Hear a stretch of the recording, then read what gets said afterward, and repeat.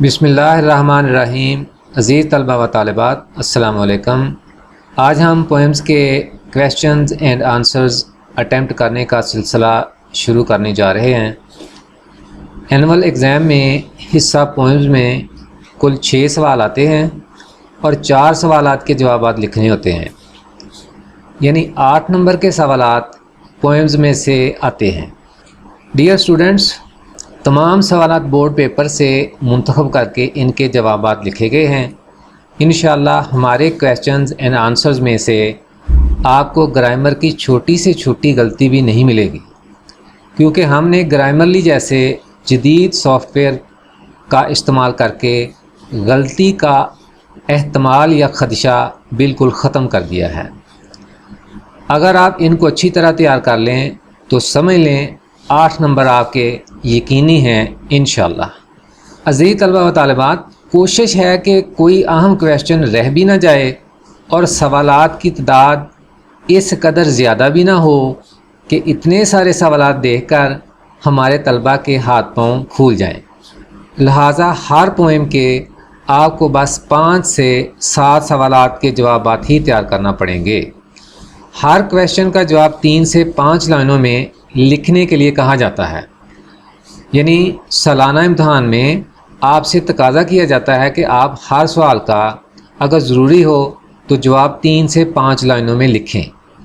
اس لیے ایک بات اہم ہے کہ ہر سوال کے پورے 2 مارکس لینے کے لیے جواب میں سے کوئی اہم نقطہ رہ نہ جائے۔ تو انشاءاللہ العزیز ہم نے ان تمام پوائنٹس پر عمل پیرا ہونے کی پوری کوشش کی ہے۔ باقی آپ سوالات کو ملاحظہ کریں، ان کے جوابات دیکھ کر، ان کا معیار دیکھ کر آپ خود اس بات کو خوب وہ جانچ کر لیں گے یا جان پائیں گے کہ یہ جو کویسچن کے آنسرز ہیں وہ کس پائے یا کس معیار کے ہیں۔ ڈیئر اسٹوڈنٹس، چلیں تو پھر پوئمز کے کویسچنز کے آنسرز کے سلسلے کا باقاعدہ آغاز کرتے ہیں۔ کویسچن نمبر 1 ہے، واٹ از دا تھیم اور central idea of the poem the rain? The rain کا مرکزی نقطہ یا مرکزی خیال کیا ہے؟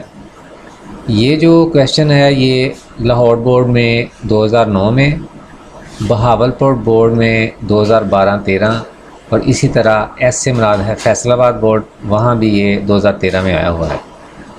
یہ کویسچن اس طرح بھی پوچھا جا سکتا ہے کہ give the symbolic importance of the poem, نظم کی علامتی اہمیت لکھیں یا بیان کریں، اور یہ کویسچن ایل سے مراد ہے لاہور بورڈ، تو وہاں یہ 2010 میں آیا ہوا ہے۔ اس کا جواب دیکھتے ہیں۔ This poem is a musical display of rain. یہ نظم بارش کا موسیقانہ اظہار ہے۔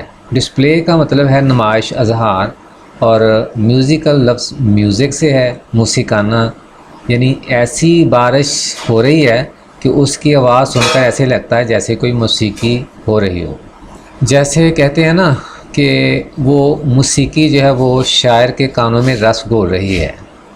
It represents the scene of rain, یہ بارش کے منظر کی نمائندگی کرتی ہے، اینڈ دا سین آفٹر رین، اور بارش کے بعد کے منظر کی، یعنی اس میں 2 منظر ہیں، ایک بارش والا اور ایک بارش کے بعد والا۔